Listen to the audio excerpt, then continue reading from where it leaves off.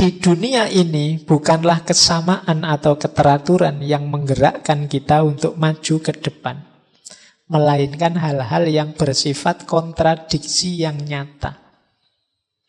Nah, ini yang terakhir ini harus agak hati-hati menjelaskannya. Dan semua yang bertentangan di dunia ini hadir dalam setiap diri kita. Oleh karena itu, seseorang yang beriman perlu bertemu dengan orang yang ingkar.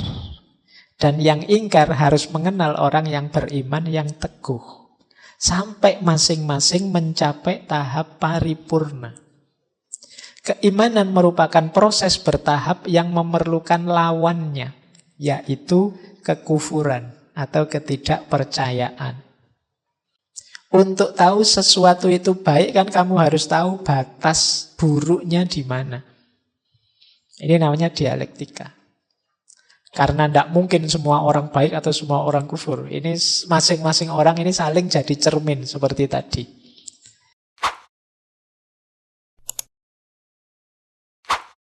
Yang pertama apa? Orang yang mencintai itu dermawan dan suka menolong. Kata Maulana Rumi, dalam kedermawanan dan menolong, jadilah seperti sungai. Sungai itu kan banyak memberi apa saja pada masyarakat di sekitarnya. Sungai sering jadi pusat sumbernya hidup. Kalau teman-teman belajar peradaban-peradaban manusia awal, itu biasanya dimulai dari pinggir-pinggir sungai. Karena di situ kuncinya hidup. Dia memberikan banyak. Ya tidak menunggu balasan apa-apa. Meskipun kadang-kadang balasan kita pada sungai kan jelek. Kita kasih sampah lah, kita kasih kotoran lah, kita kasih apalah. Tapi sungai selalu memberi banyak hal. Nah, jadilah orang yang mencintai. Pecinta itu dermawan dan penolong seperti sungai. Nanti kalau teman-teman pulang dari sini kok lewat sungai, diingat-ingat kalimatnya Rumi tadi. Ingat sungai berarti ingatlah bahwa aku ini harus jadi orang yang pemurah, dermawan, penolong. Baik, ini yang pertama ya. Karena ini ditaruh pertama karena manusia itu cenderung pelit. Dan itu katanya Al-Quran sendiri. Jadi manusia itu cenderung enggan berbagi, ingin enak. Biasanya kalau orang kok mau berbagi itu ya yang dibagi yang sisa-sisa. Yang dia sudah menikmati terus bagi. Biasanya begitu. Makanya bahkan Al-Quran menegaskan ya kebaikan itu kalau kita menginfakkan yang kita cintai. Karena manusia itu cenderung pelit. Yang dikasihkan orang selalu yang sisa yang sudah dia nikmati. Jadi temannya pinjam laptop, belum aku belum puas pokoknya. Atau minta apa, ingin apa, ya nanti kalau aku sudah baru kamu. Nah ya makanya di banyak ayat itu Al-Quran kan nyindir kita. Manusia itu pelit, manusia itu kalau memberi selalu yang jelek-jelek. Sehingga terus ditegaskan oleh Al-Quran, lan tanalul birra, kamu tidak akan dapat kebaikan sebelum berbagi apa yang engkau cintai. Hatta tunfiku ma tuhibbun. Oke, barang ya, nanti jangan Pak saya punya pacar saya cintai. Itu maksudnya bukan ke situ ya. Oke, jadi dermawan dan menolong.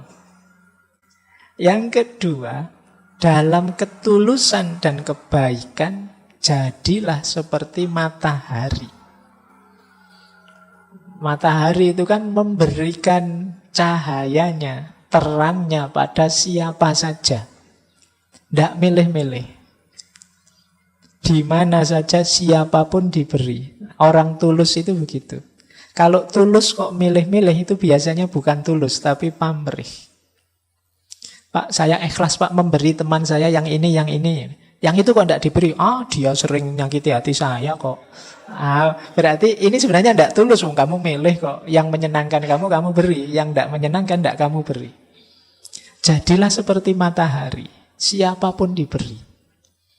Jadi tidak pilih-pilih. Kan matahari itu kan kalau pas panas ya siapa saja dapat kan, tidak milih. Ini anak malas tidak pernah kuliah nggak usah dikasih matahari yang sana kan tidak begitu. Ya kamu rajin kamu malas ya diberi sama matahari. Nah jadi para pecinta itu tulus. Simbolnya ketulusan itu matahari. Jadi selain jadi sungai, ingatlah matahari. Jadi kalau besok pagi jalan-jalan keluar terus kena matahari, sadarilah bahwa aku dalam hidup ini harus tulus. Tanpa pamrih. Matahari tidak pernah minta imbalan. Kecuali matahari mall ya. Kalau kamu ke sana ya butuh, kamu harus bayar.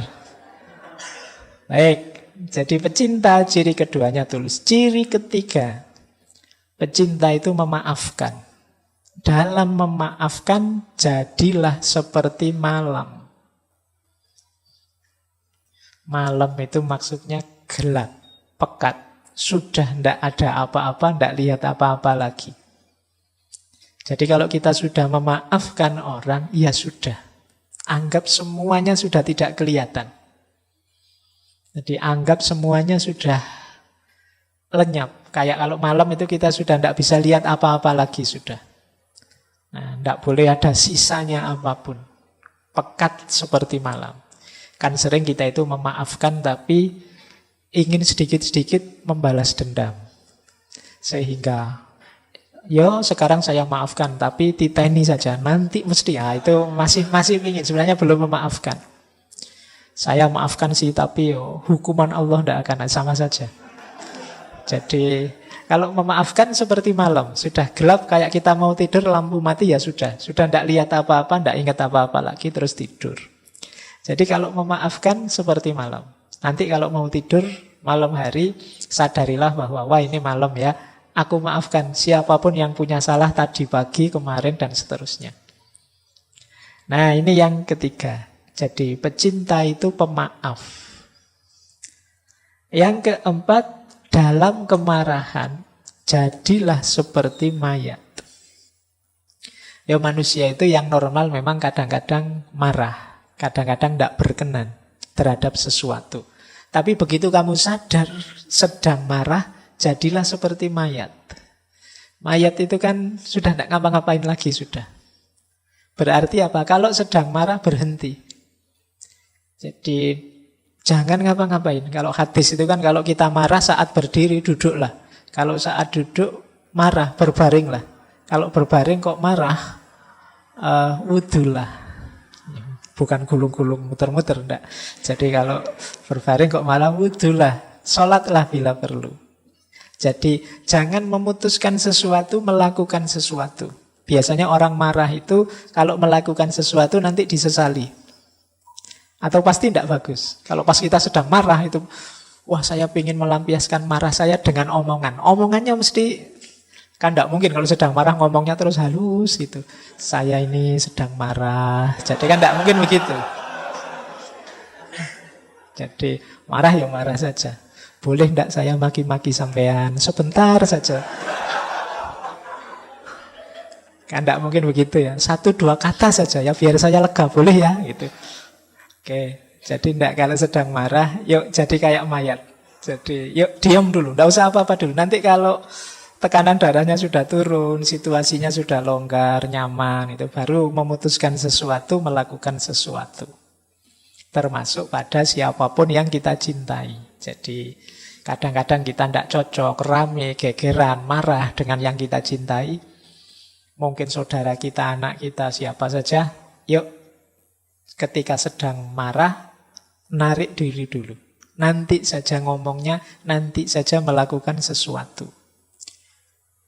Yang kelima, saat kita sederhana dan rendah hati, jadilah seperti bumi.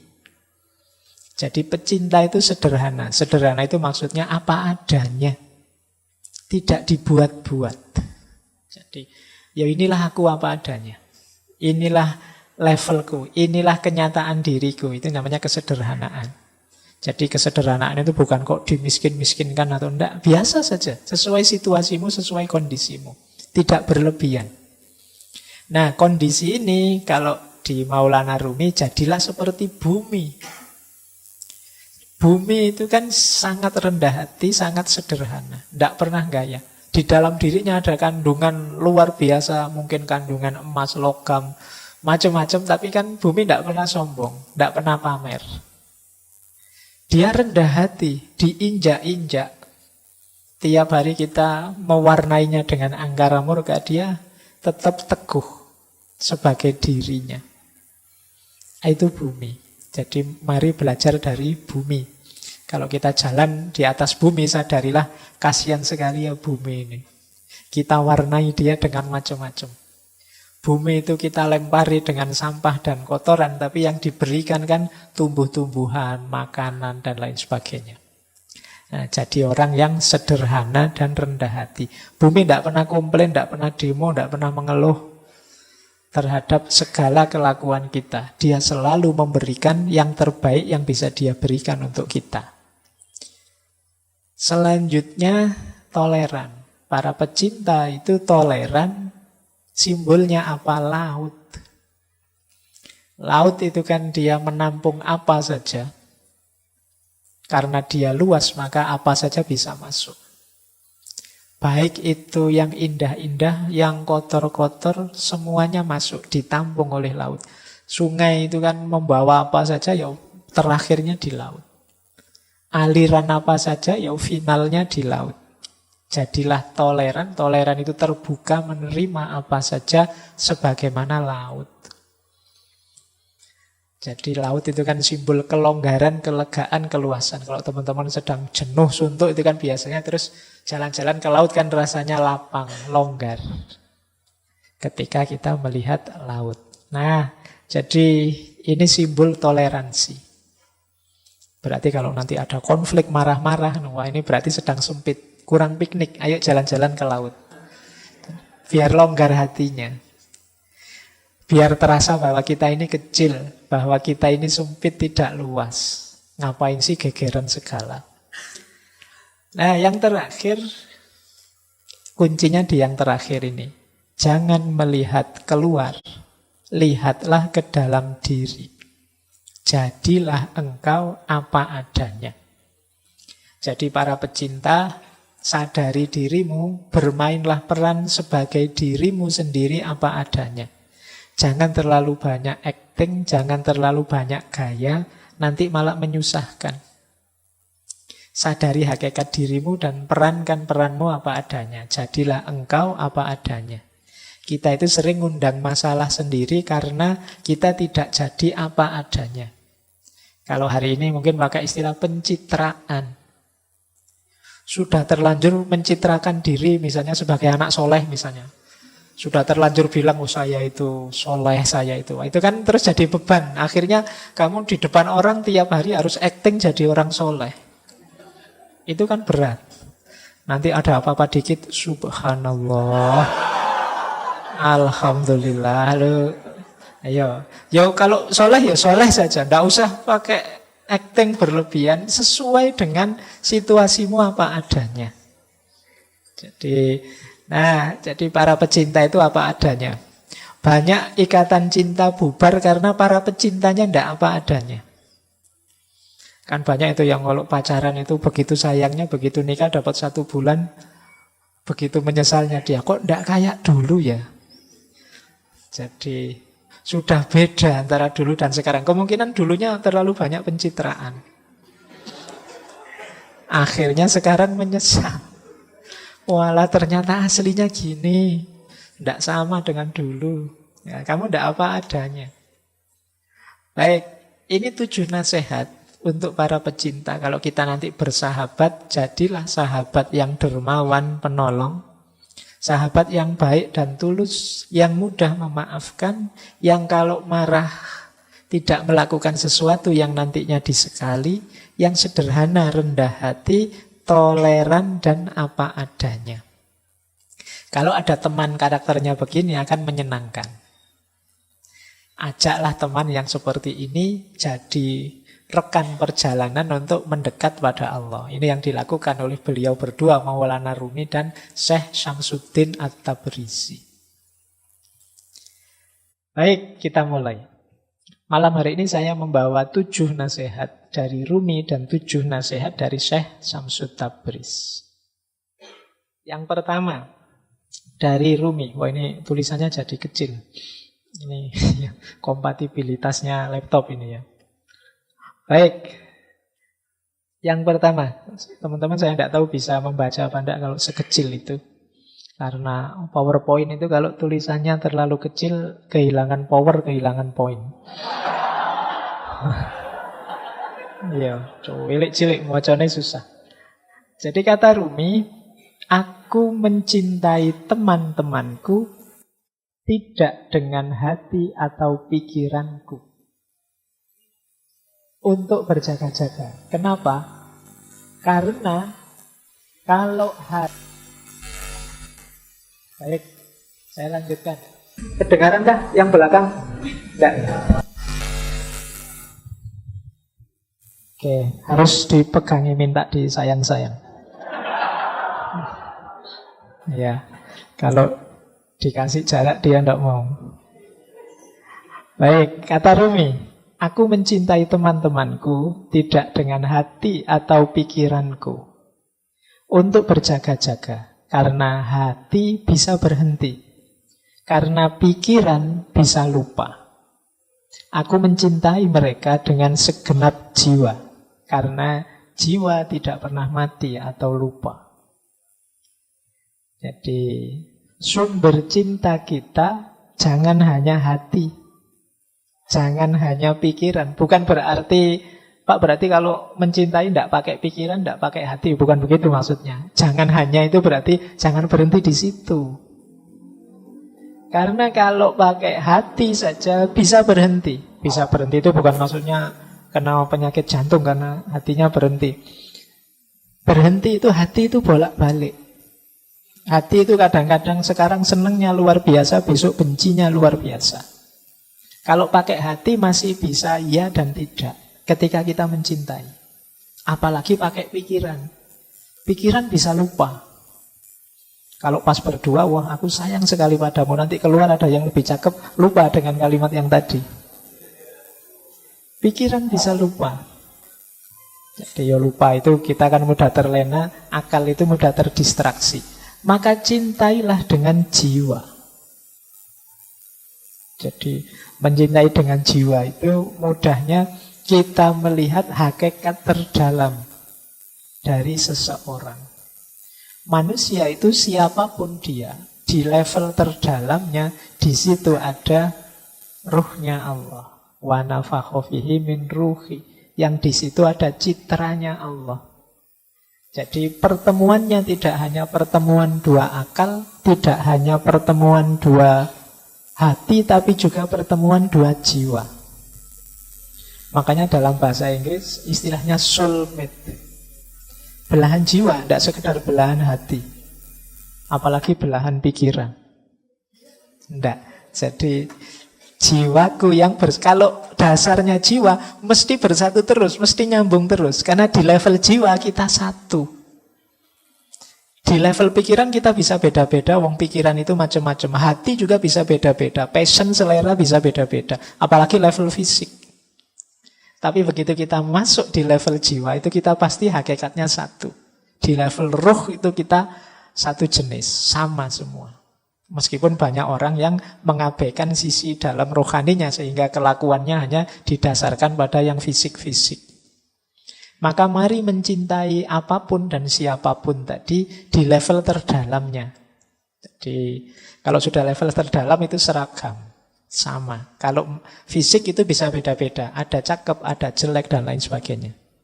Makanya kalau nembak kok ditolak kan kadang orang bilang, loh kamu jangan hanya lihat wajahku. Lihatlah. Ya, kalau hati masih bisa berubah. Kalau kalimatnya lihatlah hatiku. Hati masih bisa berubah-ubah. Kurang dalam. Lihatlah jiwaku. Wah. Oke.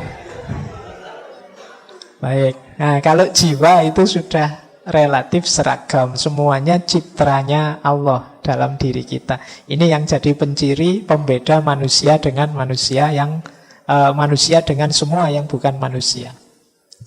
Baik, jadi cintailah sahabatmu dengan jiwa. Jadi tidak lagi sepenuh hati tapi sudah sepenuh jiwa. Baik, ini filosofinya agak dalam ya. Yang pertama ini, prinsip pertama. Prinsip kedua, ini dari salah satu syairnya Maulana Rumi.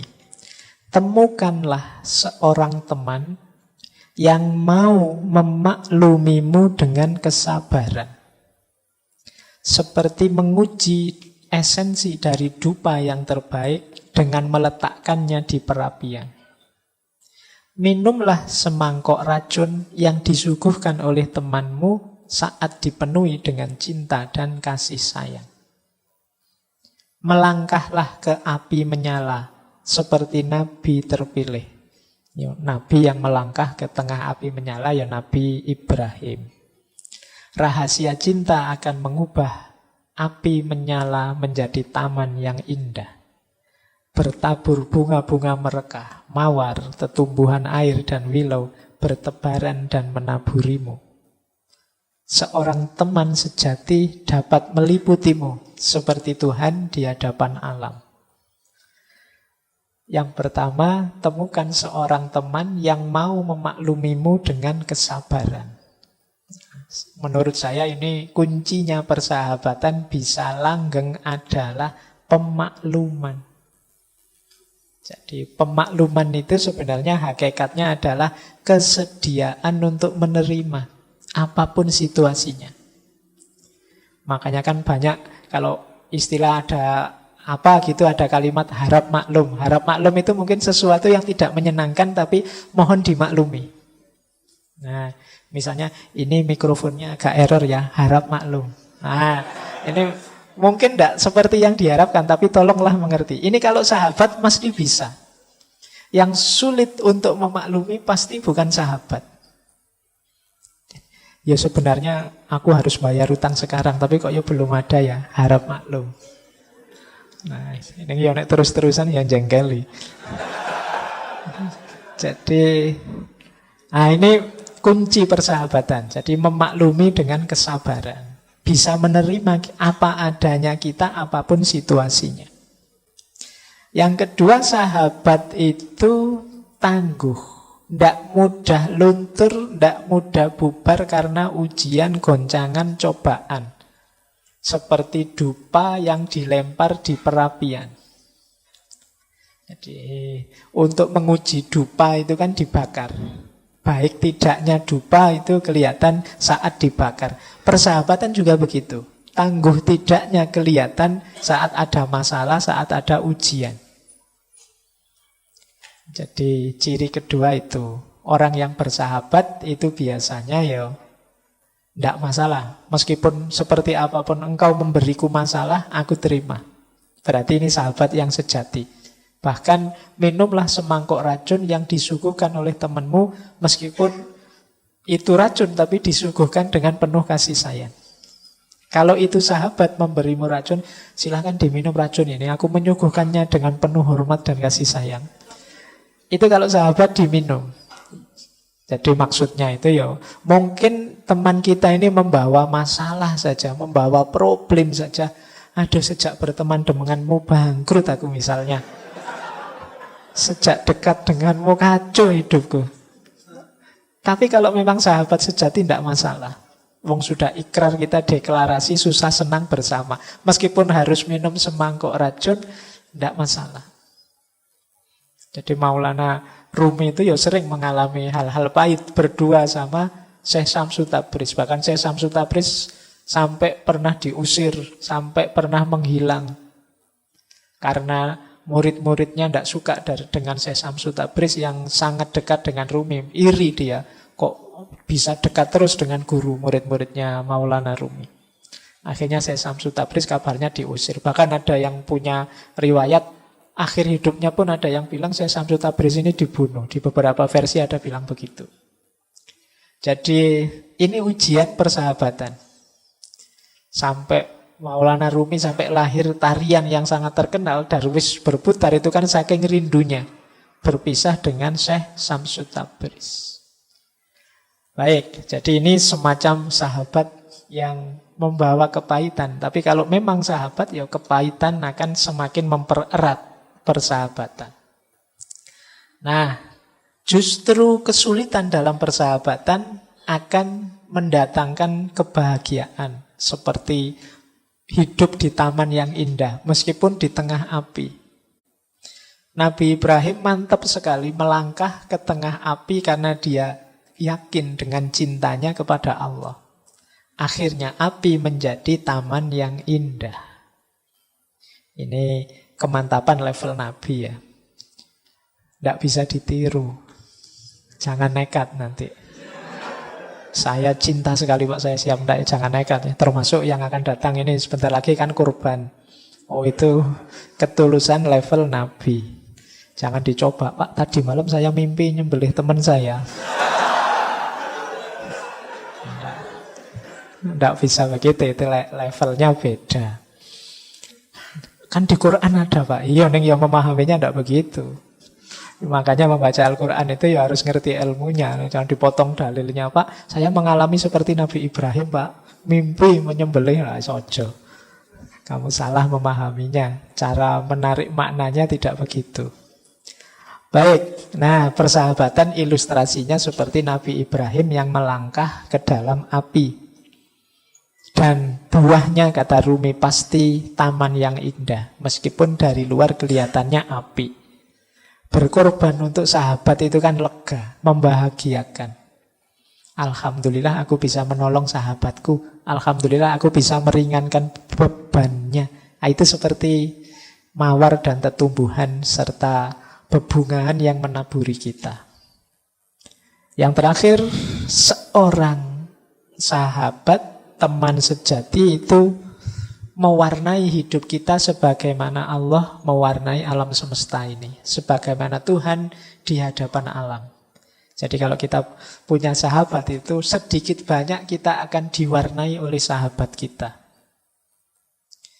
Gaya kita ngomong, gaya kita berekspresi, mungkin diksi-diksi pilihan hidup itu pasti banyak diwarnai oleh teman dan sahabat ini. Baik, jadi dari 4 bait dari syair ini ada beberapa makna persahabatan. Yang pertama pemakluman, yang kedua ketangguhan, yang ketiga kesediaan untuk berkorban, dan yang terakhir persahabatan itu saling mewarnai. Nah ini nasihat Maulana Jalaluddin Rumi yang berhubungan dengan persahabatan. Yang ketiga, di dunia ini bukanlah kesamaan atau keteraturan yang menggerakkan kita untuk maju ke depan, melainkan hal-hal yang bersifat kontradiksi yang nyata. Nah ini yang terakhir ini harus agak hati-hati menjelaskannya. Dan semua yang bertentangan di dunia ini hadir dalam setiap diri kita. Oleh karena itu, seseorang yang beriman perlu bertemu dengan orang yang ingkar. Dan yang ingkar harus mengenal orang yang beriman yang teguh. Sampai masing-masing mencapai tahap paripurna. Keimanan merupakan proses bertahap yang memerlukan lawannya, yaitu kekufuran atau ketidakpercayaan. Ini kalau di filsafat namanya dialektika. Jadi kalau kalian ingin ngerti levelmu sejauh mana tataranmu, apakah engkau sudah pas, kamu perlu mencari antitesis, counter example. Mungkin kalau dalam penelitian ya. Jadi, misalnya, kalau kamu ingin menegaskan keimananmu kan kamu perlu, yang tidak beriman itu begini. Ini namanya hukum kontradiksi. Jadi untuk tahu sesuatu itu ada kan kamu harus tahu yang tidak ada seperti apa. Untuk tahu sesuatu itu baik kan kamu harus tahu batas buruknya di mana. Ini namanya dialektika. Karena tidak mungkin semua orang baik atau semua orang kufur. Ini masing-masing orang ini saling jadi cermin seperti tadi. Maka tidak ada satupun ciptaannya Allah yang sia-sia. Kalau kalian tanya, kok ada ya ciptaan ini, ciptaan itu? Tidak, semuanya ada mainnya, ada manfaatnya. Mungkin kita yang muslim mengambil parameter, ini batasnya kekufuran. Nanti mungkin agama lain juga punya batasnya sendiri, punya dialektikanya sendiri. Ini gunanya berteman, berdialektika. Sampai nanti batas paripurna. Mungkin kita beriman akan semakin beriman, akan semakin beriman. Yang kufur dialektika dengan kita, lama-lama dia juga jadi beriman. Semua lama-lama jadi memuncak. Jadi ini kalau di psikologi mungkin law of polarity, law of contradiction. Jadi hukum kontradiksi. Semakin kalau kita ingin berkembang ya harus tahu antitesisnya. Yang nanti lahir sintesis. Semakin baik, semakin baik, semakin baik. Nah ini kalau yang terakhir ini perlu direnungi agak mendalam. Bahwa baik dan buruk itu sesuatu yang berpasangan. Bahwa hitam dan putih itu berpasangan. Bahwa siang dan malam itu berpasangan. Kepercayaan dan ketidakpercayaan juga pasangan. Nah, dialektika dua inilah yang membuat dunia ini berputar. Dunia ini berjalan. Baik, waktunya ya. Monggo yang mau selesai dulu ini karena menuntaskan tadi. Nah, itu saya nulisnya salah, itu harusnya Jalaluddin Rumi, malah tak tulis jenengku. Ya. Kalau lurus-lurus saja kalian tidak melek. Jadi harus saya tulis yang berbeda. Ini awalnya cover jadi harus jadi quotes. Kata Maulana Rumi, perpisahan hanyalah bagi yang mencintai dengan kedua matanya. Sedangkan dia yang mencintai dengan jiwa dan hatinya tidak mengenal kata perpisahan sama sekali. Jadi ya wis, kamu langsung nggak usah tak jelaskan ya, sudah ngerti maksudnya ya. Jadi ya, kalau masih ada diksi perpisahan, ya berarti memang batas cintanya masih di level fisik.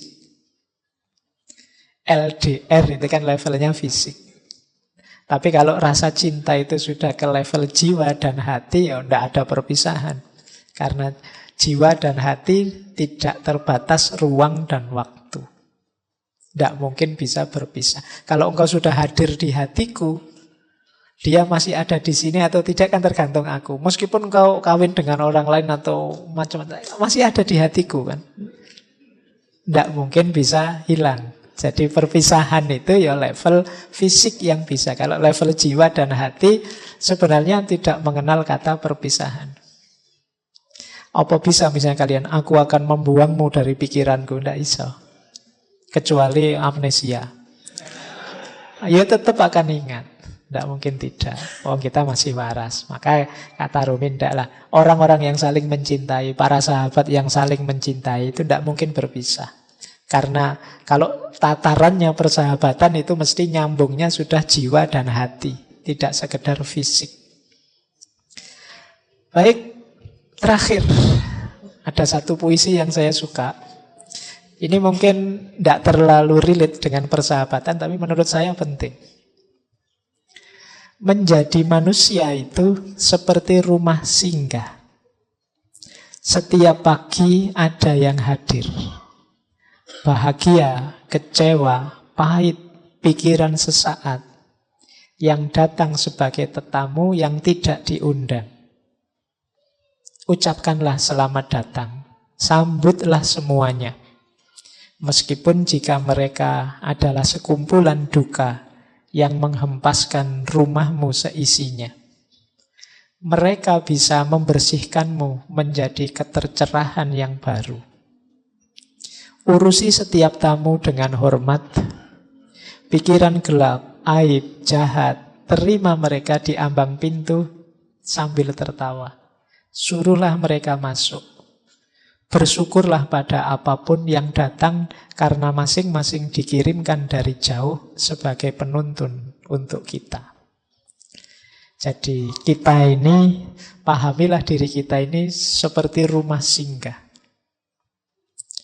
Setiap hari berseliweran tamu-tamu yang masuk. Termasuk tamu yang mengecewakan, tamu yang menyedihkan, yang buruk, yang menyusahkan, dan lain sebagainya. Hargailah semua, sambutlah semua dengan gembira, karena semuanya adalah penuntun kita, pelajaran bagi kita untuk membuat kita tercerahkan. Peristiwa yang baik, alhamdulillah, nanti kita perkuat, kita ulang lagi. Peristiwa yang buruk, menyedihkan, menyusahkan, yang aib, ya itu jadi pelajaran kita untuk besok tidak kita ulang lagi, untuk kita jadikan pengingat dan pelajaran dalam hidup. Jadi hidup itu tidak mungkin flat, mesti bergelombang. Kadang enak, kadang tidak, kadang bagus, kadang tidak. Sambutlah semuanya dengan gembira.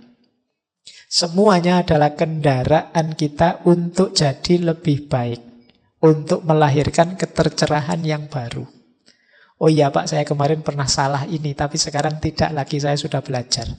Saya kemarin ketabrak aib ini, tapi insya Allah nanti saya tidak akan mengulang itu lagi. Semuanya akan jadi pelajaran yang melahirkan ketercerahan baru. Yang lama akan pergi, yang baru akan datang. Akan terus begitu. Karena hidup kita mirip rumah singgah. Baik, nanti mungkin setelah dari sini yang saya sampaikan tadi bisa diulang, direnungi lagi untuk meningkatkan kualitas hidup kita khususnya dengan sesama. Sengaja saya angkat bulan ini tema persahabatan. Paling tidak menyadarkan kita bahwa kita ini apapun yang terjadi, peristiwa apapun yang kita temui, jangan lupa bahwa kita sama-sama manusia yang perlu dukungan dan kebersamaan dengan yang lain. Baik, saya akhiri sekian. Kurang lebihnya mohon maaf. Termasuk tadi agak putus-putus, terdistraksi oleh macam-macam. Semoga tidak dengan manfaat dan ya maslahat yang kita dapat dari tema malam hari ini. Kurang lebihnya mohon maaf. Wallahul muwaffiq, wallahu a'lamu bissawab. Wassalamualaikum warahmatullahi wabarakatuh.